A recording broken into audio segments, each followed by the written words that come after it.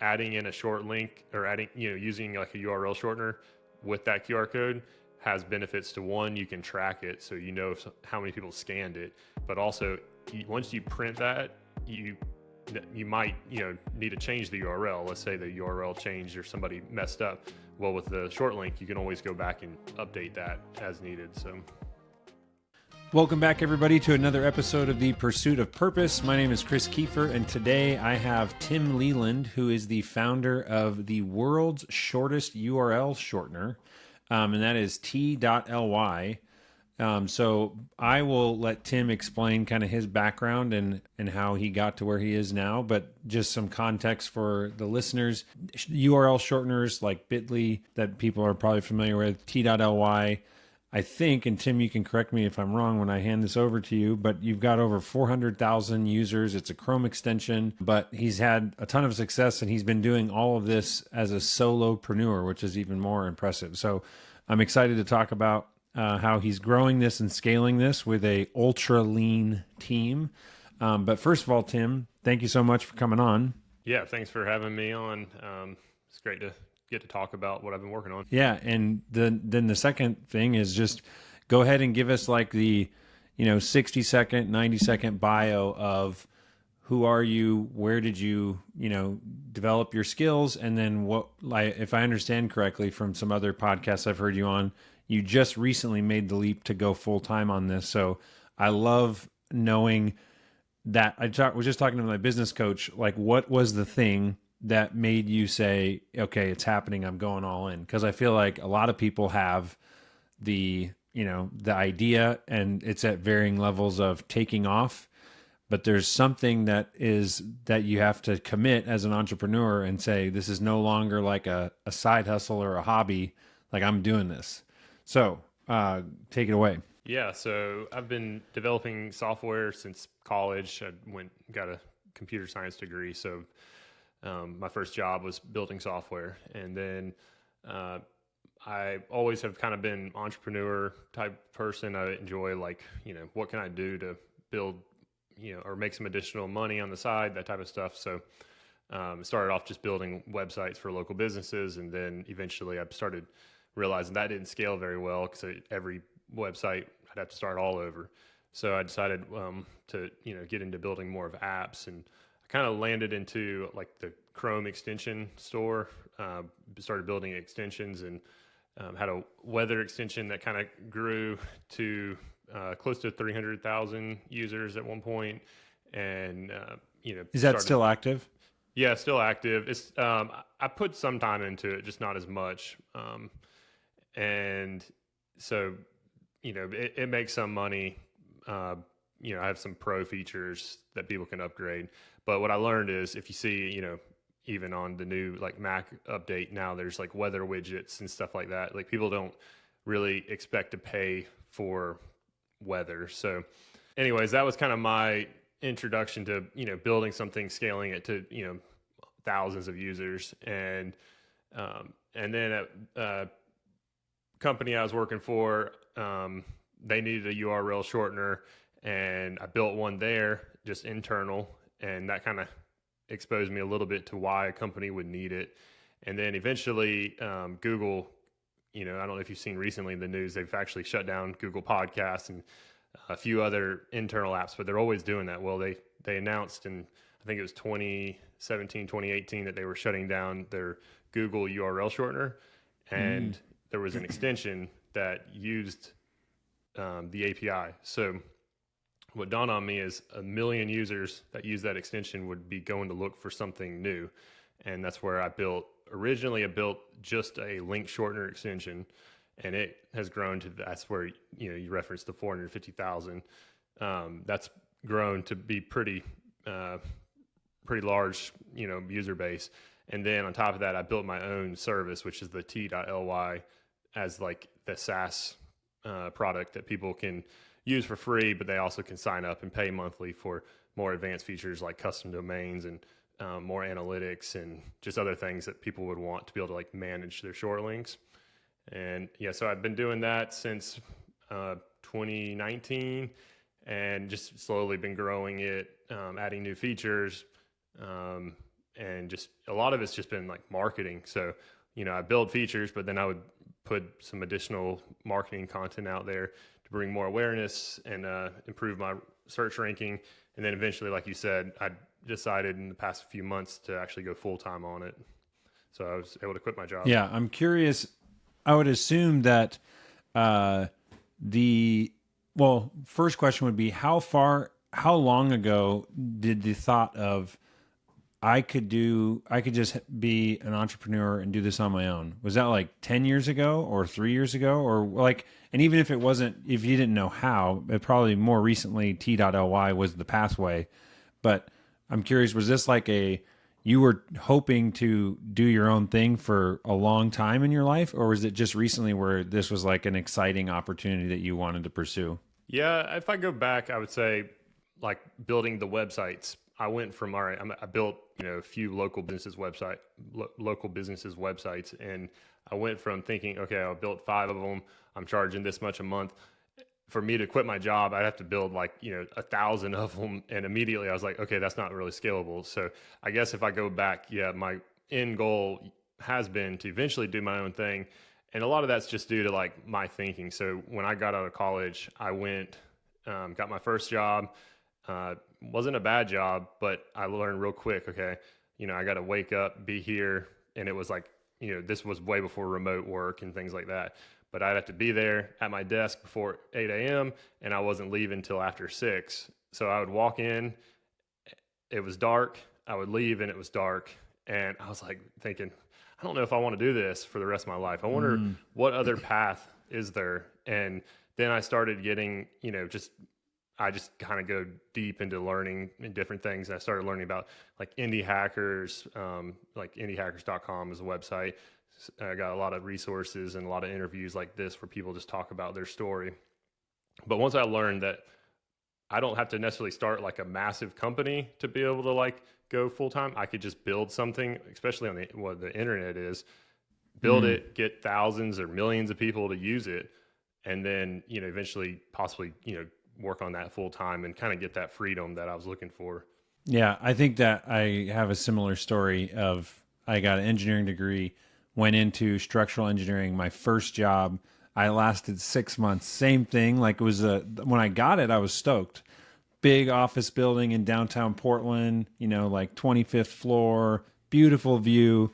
But then it's like that wears off after 3 days. And then it's just like, you're in the grind, same thing. Show up at 8, stay till the end of the day, go home, and yeah, it just I can relate on many levels there. I'm curious with the with T or any extension. I'm sure that it varies greatly on the extension, but a broad market extension that's very applicable. What's the percentage? And maybe you can only speak to the ones that you've had, but like for your weather one, for the URL shortener one, I think you have like a screenshot one as well. What's the percentage of users to like the conversion of a paid user at any level? Is it like 5% or 10%? Or was one of your extensions like 20 and the other one's 2%? Like where do those, or are you able to determine? Like, can you look at another extension and be like, yeah, conservatively, I bet 10% of their people are paying, or I'm assuming I don't know why I'm going immediately to 10, but what is the like average benchmark for an extension? Yes. So I guess it would depend. So extensions are tough because people generally install them, and if they don't get immediate value, they uninstall. And it's just such an easy, process to install, uninstall. And also, most of the extensions are free. So people have installed extensions and they kind of just expect it to be free. Like I get all the time, like why isn't the weather extension completely free, let's say?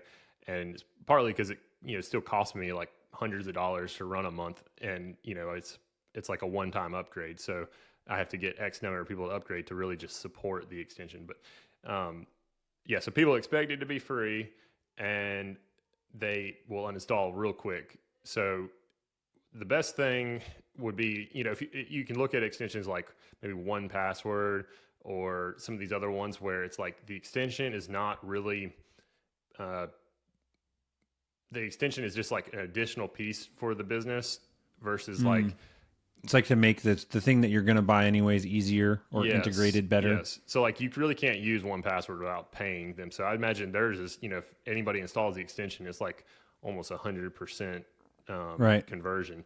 But in my case, I don't know. I'd have to look at numbers, and a lot of my users can come from anywhere. So, I built the extension originally as just a standalone thing and then kind of integrated it with T.ly. So, and I try to, with most of my stuff, make it a lot of it free and just let people use it. And I'm trying to build it to where it becomes, the number when people think of I want to create a The short name, link, the household name kind of thing. So I'm probably not optimizing it as much, but I think when I looked, this was months ago, it might have been like 2% conversion rate or something like that. So Yeah. it's not, 10% would be really nice. Yeah. But I assume, but like you said, it's more of I like that the focus is, does the extension do what I assume it's going to do? How easy is it? Like, I feel, this is my perspective, many tools online that are free, I know that there is some, it's like, okay, what's the model here? Are they getting my information? Are they tracking my browser usage? Is there very limited features that I'm going to have to pay? Like, you go into them, all of them with that kind of lens. And so there's kind of like, this seems a little strange, and that would be a reason I'd uninstall something. But that makes perfect sense that yours super straightforward, and it does what it says it's going to do. I'm curious, how do you if you've got the weather thing, the T.ly, the screenshot, I don't know how many other ones there are. It seems like it's kind of hard to cross promote, at least directly in the Chrome extension store. How are you able to get people from one thing to another? Is it like, do you get email addresses of people that use your stuff, or what access to communicating with people do you have when you're in the extension world? Yeah, you don't really get that. So, yeah, but to go back to what you said, if you're using something for free and there's a company behind it, it's like, Facebook, you're the product, right? Yeah. Because of the advertising. So if they're not making money through advertising or, selling your data or whatever, then they're usually charging for it. So that's my thing. If anybody ever says like, why can't this thing just be free? Well, it's usually most things. Nothing's free. Yeah, nothing's free. So now there are some there's like some ad blocker extensions that are open source and really, people push to make them free. Like, an ad blocker extension usually isn't going to make money on advertising because that's the whole goal of it. That's the point. Now some of those have gone paid, but anyways, so cross promoting, I don't think I've probably done, most of my stuff they're not really related, like a weather extension to a link shortener extension. But when you install my weather extension, it takes you to like a blog post on my personal site that has like a list of my other extensions. So maybe some people install it from there. But they're not really like related products. But I think overall, kind of just like in general, like the SEO of like all the extensions I've built over the years have helped. And, obviously like the weather extension grew to hundreds of thousands of users. And then the link shortener extension grew even faster to where it's, getting closer to 450,000, closer to 500,000 users. So, I'm hoping that one, could get to 1 million. That's kind of my big goal for it. You've created the link shortener, and you've now gone all in on this. Because I came across this because for the review software that I made, I don't know if you remember, and it's funny that I didn't realize that the person responding to the support tickets would be the creator of it. But you replied, we were asking about some more advanced analytics features.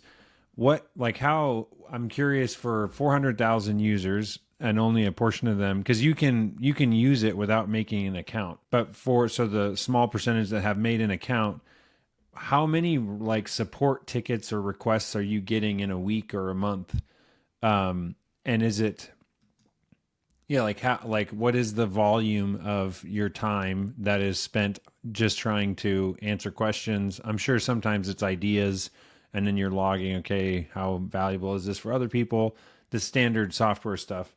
But I'm curious, how is your time split in the time that you're spending in T.ly with the different things? Yes, most of my focus is on T.ly, and I try to always respond pretty quickly to any support issues. So that's kind of pretty much most days I wake up and check emails, review accounts, anybody who signed up, answer any questions, and then obviously like feature requests. If it's something I can do pretty quickly, I'll try to do it if it makes sense, and if it's a bigger thing, I kind of track it so that I could follow up later if eventually I add it to the and but yeah, how much time? Probably I'd say a couple hours a day. I'm usually spending emailing and fixing things and helping people out. And but I've gotten pretty good at it over the years, where I have like almost like automated like text completion stuff for common questions, and then I try to create like blog posts to answer questions and direct people to those. And then people, in the case of the products I've built, so the weather extension is pretty self-explanatory, that they can just figure that out.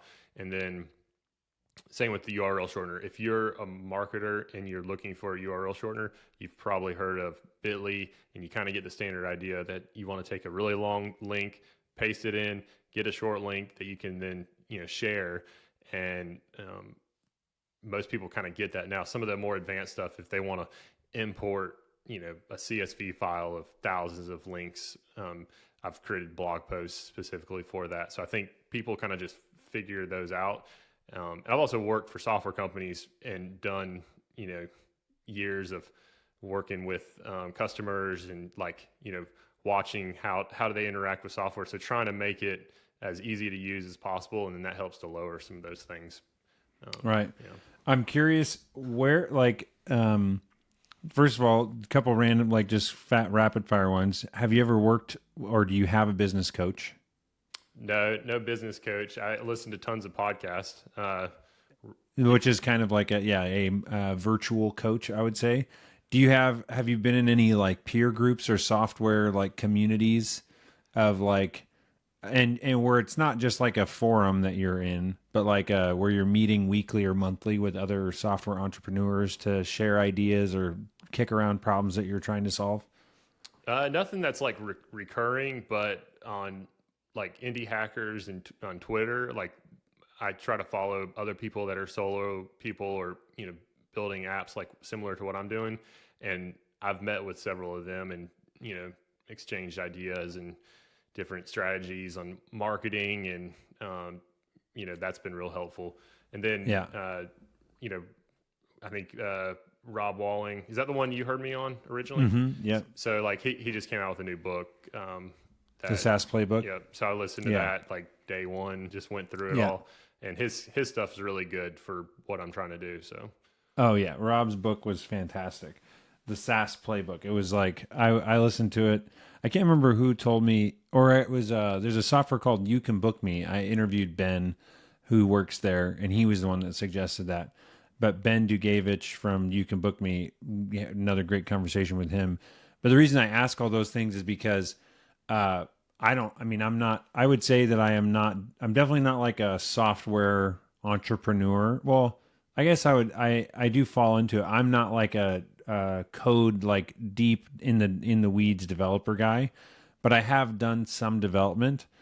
But I will say from just a business perspective, getting the coach or I'm in a coaching group right now with 50 other entrepreneurs that we meet weekly. There's just so much value that I've gotten from, and I can see my career and the trajectory shift from when we hired a coach personally, and then it started getting into coaching groups, and it's just that repetition of showing up, creating the space to think about what do I want to do? Why am I doing this to begin with? All that type of stuff. I feel it's been valuable for me, and I think it's from what I'm hearing from you, you've gotten to where you are with some, like, again, obviously you're leveraging podcasts and content heavily, you're following some other people, but I would say you've done extremely well without even beginning to tap into those more structured systems or like ideas that have been around for a while. So to me, I don't know if that's something that you've thought about, but I feel like every time I talk to entrepreneurs, the ones like when they're talking about their key inflection points, they always are like, yeah, and then I joined this group or it's like, I'm just trying to short circuit how long it takes to figure stuff out by talking to people that already solved it. You know what I mean?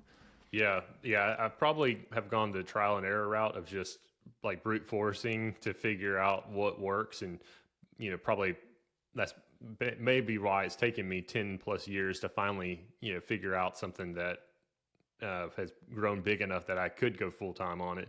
But what you kind of said makes me think. So I've in the past month or so I picked up playing golf, and if anybody plays golf and listening to this, starting off new in your 30s is definitely, I would say, I've played sports, basketball, tennis, and stuff like that, and golf is by far the most difficult sport there is, challenging. And everybody I've talked to, so I've gone to where I've just watched videos and I'm doing, going to play and I'm hitting practice balls, all that stuff. And you just need to go get, some lessons. And I've kind of been putting it off, but the more I go play and I get frustrated, I'm like, I could probably skip, weeks of trial and error. 6 months of frustration. Yeah.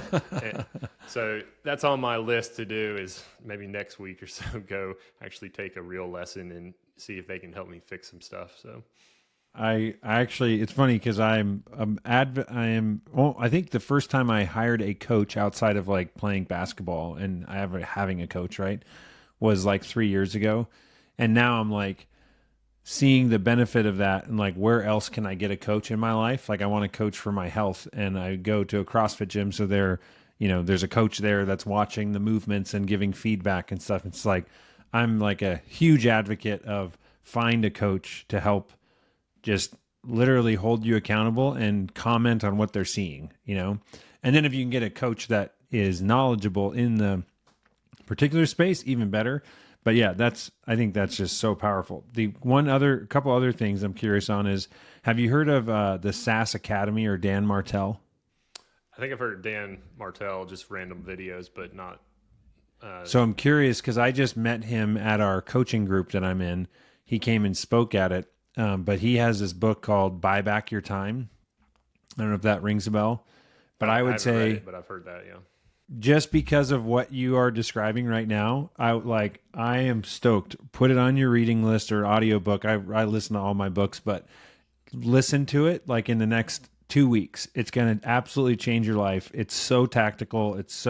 That was the book I probably read 5 months ago ish. And that was what made me say, I'm getting a VA, fine, like I'm pulling the trigger, I'm going to do this, and actually hand off my email to someone else. I won't go into all, that's his thing, but I would just say, just literally for value to you, if you read that book, let me know in like 2 months how it impacted the way you're thinking about stuff. Cause I guarantee that you're going to be like, this was awesome. Cause I think it's amazing. Like I'm blown away. T.ly, again, for people listening, it's super simple to use. It's very, very user-friendly. And it does exactly what Tim's saying in like a couple of clicks. You can take this big, nasty URL, just shorten it, and now you have a really short link to share. And the fact that you've done all of this and support and marketing without any help is like, you're about to blow up. Like you are like on the, like, it's going to 10x what you're doing right now. And I want to say that with respect, that what you've done is amazing. And I just am blown away that you have like no help. It's crazy. Yeah. Yeah. I mean, I kind of give credit to all the, people I've, like I said, listened to and, just random ideas that, they'll say something and it'll spark some idea, but that's, every month or so, I feel like like I keep saying, like I turn these knobs. So I figure out, okay, what can I do to get more traffic or to grow, or, what kind of change can I make? And that's just like every month I've been turning different knobs to see what works, and, just allowed it to grow. And hopefully that just continues. I think, what am I going to do next month to figure out the next, growth thing that's going to get more people to sign up and try it and switch over from some of the competitors. And I've been kind of fortunate. Some of the competitors have done some stuff that I think aren't the best moves, and it's actually helped me out quite a bit. So that's been kind of interesting. Give me an example of that. One example is, they probably have their own reasons, but like Bitly used to be for the last 10 plus years, you could just go to their site and create a short link and on their homepage. And now you have to like sign up, and it's still like a free thing. You can sign up, but they're getting, they're putting that one extra little barrier. And they've also done some like pricing changes to where people have like come and then said specifically they switched because one, it was more complicated. Two, they didn't get any kind of support feedback. They would, ask for, have problems, ask questions, and wouldn't hear anything. And then also, so pricing, support, and then also they put in that extra barrier to where people can't just create, links when they want to, which is an extra layer of frustration. But that's awesome. So what would you say is so you want to get to 1 million users. How clear have you gotten on like when you think that's achievable by? I'm just like most things, I'm assuming that there's a slower trajectory and then things start to pick up. I'm sure that there's plateaus in there and you got to figure out new marketing channels, which it sounds like that's kind of the focus that you've been on. But I'm curious, what's the next roadblock? From your perspective, what's holding you back? Or like, if you could solve X from your perspective, this thing it'd be a rocket ship. Probably just bringing more like awareness. Like people, when they think of a short link, there's, TinyURL has been around. They're actually kind of the original URL shortener, 20 plus years. They started in like 2003. And then Bitly. Those are the two people think of. They think of Bitly if they're a company and they're going to pay. And then TinyURL is just a free short link. So, a lot of blogs, let's say, list the top URL shorteners. And unfortunately, those blogs you'll look at it in 2022, it'll say the top 10 URL shorteners. And then they'll say the top 10 URL shorteners for 2023 are the exact same. They don't update it. Nobody changes it. So it's kind of just the product of a URL shortener has been around so long that people just nothing's changing. Yeah. They don't know that there's, a new option. And they don't really get updated. So that's kind of been one of my things. If I could somehow get to where, my product's listed on some of those review sites and things like that. Now, I don't know if that's going to do it, to send me over the top. But, so the 1 million is a goal for the extension, but I'm also, if I could get more people just using, let's say, the API, so more companies who are sending text messages and they need to create short links to, either switch or look at using t.ly as an option for that. Or also I've done a lot of stuff with QR codes. So that's another area where QR codes kind of blew up for menus. And, you just start, if you look at like any kind of mail that you're getting now, most of it has QR codes, and adding in a short link or using like a URL shortener with that QR code has benefits to one, you can track it. So how many people scanned it, but also once you print that, you might, need to change the URL. Let's say the URL changed or somebody messed up. Well, with the short link, you can always go back and update that as needed. So, yeah, I was going to say when, in my past job as the marketing director, we would send out postcards, and each postcard had a QR code. And the QR code was custom for every single piece. So we could see if it got scanned, we knew which house scanned the QR code, which then we could update, and send additional mailers to people that were engaging with it potentially. But 100%, I think that's super smart. Yeah. What else? I'm looking at, while you were saying that, I pulled up like G2 has, when I just do top URL shorteners, I was going to ask you if you've heard, do you know how those ranking, I'm assuming that they're all the same. I have a buddy that works in affiliate marketing. So he does like blogs and stuff, or manages blogs for larger companies like, Best Mattress or best iPhone charger, or like things like that, or top URL shorteners. Are you familiar with the affiliate structure and how those blogs rank tools? Somewhat. I do have an affiliate program that's, you know, something I've been working at improving. Um, but yeah, no, explain it. What do you? So this was like, it's gonna, for those of you listening too, I'm like about to ruin any researching that you do online before buying a product, because my friend Kenny, if you hear this, he ruined it for me. He was doing and still does marketing for like mattress companies, for example. And mattresses, I would say he told me that mattresses, home security systems like the Ring and Simply Safe, those types of tools, they are the security system and the mattresses are like the two products that have the largest commission payouts for a single purchase. And literally, and again, let's say that G2 doesn't operate like this.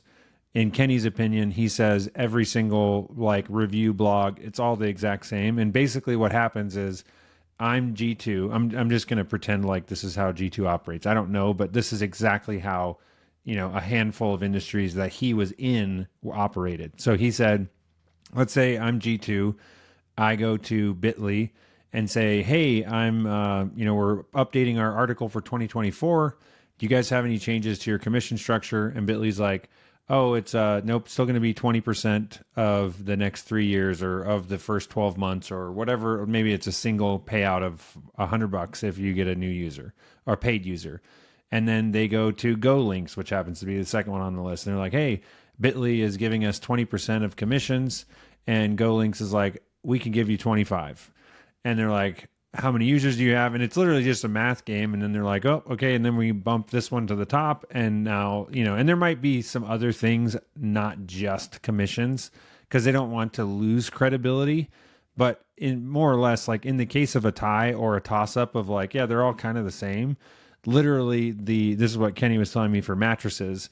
Like the mattress or the blog companies were coming to the mattress companies and being like, hey, you're only giving us $300 for every mattress we sell. This other company's giving us $600, and people were like changing their rates and stuff to get ranked higher on the blog, and they would do that, which is just like, you read the blog and you think that it's like this really authentic, review or thoughtful response of the pros and cons and the how cool the mattress is and all this stuff. And Kenny was like, it's really frustrating and disappointing, but it literally just comes down to money and which one, if I can bump this person to number one instead of number three, they're going to pay X amount more. And that's how it works. So I don't know with certainty if G2 is the same thing, but that's what Kenny would say is, very, very likely that's how it's set up, which I don't know what thoughts you have on that, but I'm just like, that's, I have not played that game. I haven't had to. I was just bummed when Kenny told me, because I was like, dang it. Now, every time I read an article, and the thing is that like a lot of times they still are good products, right? If there's a company that has a nice affiliate program, they're generally able to do that because their product is good. Like if if I'm going to give you 80% of my commission as the company to the person that's the affiliate, and I only have 2 users, like it doesn't matter what my affiliate program is. I still have to have a good product and people have to be signing up and using it for me to want to keep doing it. Yeah. Yeah. The affiliates, I don't really trust any blogs. Like most of the stuff you Google and it's like, like you said, mattress or any product, I generally avoid those. I think the Wirecutter, which I don't know if it's still legitimate, but that was kind of the one I used to look at a lot. And they made money off affiliate links, but they were honest reviews. Actual legit. Yeah. But yeah, to what you said is definitely true, because anytime there's been some of those sites where I've reached out to and I'll be like, hey, could you do an updated review and take a look at T.ly, and they'll say, if you pay X amount, you'll be number one. And it's like, wait, that doesn't really make sense. You're not really the number one, so it's the person paying. So I don't know much about the G2 site, but like back to what we kind of started off with, if you're not a paying customer than you are the customer, I guess. And in this case, it's like the way, they're making money some way, somehow. You just got to, figure out what is their motive to listing those things. Do they have advertising on the site, affiliate links, or are they just getting paid, to sponsor people to put them at the top? So totally. Just curious on like the rest of your life, balancing work, family. Like, do you have a family? How do you decide, how are you using your business to provide for your life? It sounds like golf, obviously. Tell me a little bit about that realm. Yeah. So, I'm married. I have 3 boys, ages 8, 5, and 3. So, summertime they were all out of school, but now they're actually all in school, at least some of the day. So that's, been nice, quieter in the morning. But yeah, so, generally, going this route of kind of working for yourself allows me to, be more flexible. I already was with my previous company, like working from home. But now it's, pretty flexible. Like I actually earlier today went and played golf this morning. So that was kind of nice. As the weather's cooled off too, it's been even better. But yeah, I don't know. I'm pretty flexible. I have like a list of things that I want to do, and then I have a list of things I kind of need to do every day. Like a lot of it's the customer support and fixing any issues that might come. And then my other time is, and I don't always, have a great plan, but I try to think of any kind of marketing stuff that I can do to just back to bringing more awareness. So if somebody needs to create short links and QR code related stuff, that they'll just use t.ly. And that would be kind of, my hope is one day I'll be, looking at a billboard in some, populated area and see a QR code with the t.ly short link or something like that. That would be pretty cool. So that'd be awesome. Yeah. Moving to some wrap up questions. I'm curious. I always ask everybody 3 favorite books or highly recommended books. Yeah. So I kind of already mentioned the first one I'd written down, but the SaaS Playbook by Rob Walling that just released. And if you're building a SaaS product, it's definitely one to look at. So many great takeaways from that. And then recently, Walter Isaacson came out with the Elon documentary, I guess, or biography. So I've been going through that, and it's pretty interesting. Just, it's all about Tesla and SpaceX, and that's been really good. And then I don't remember the author's name, but he's the one that wrote Martian.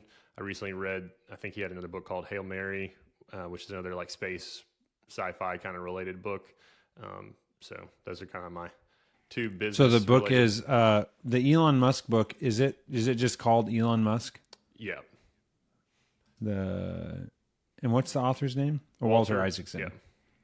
And I've read several of his. So Steve Jobs, I think Einstein, or no, Leonardo da Vinci. He also did one on Leonardo. So there's a bunch, and he usually goes pretty deep into people's lives. So totally, that's awesome. And then the last one you said was the author of The Martian, and it's called Hail Mary. Yep.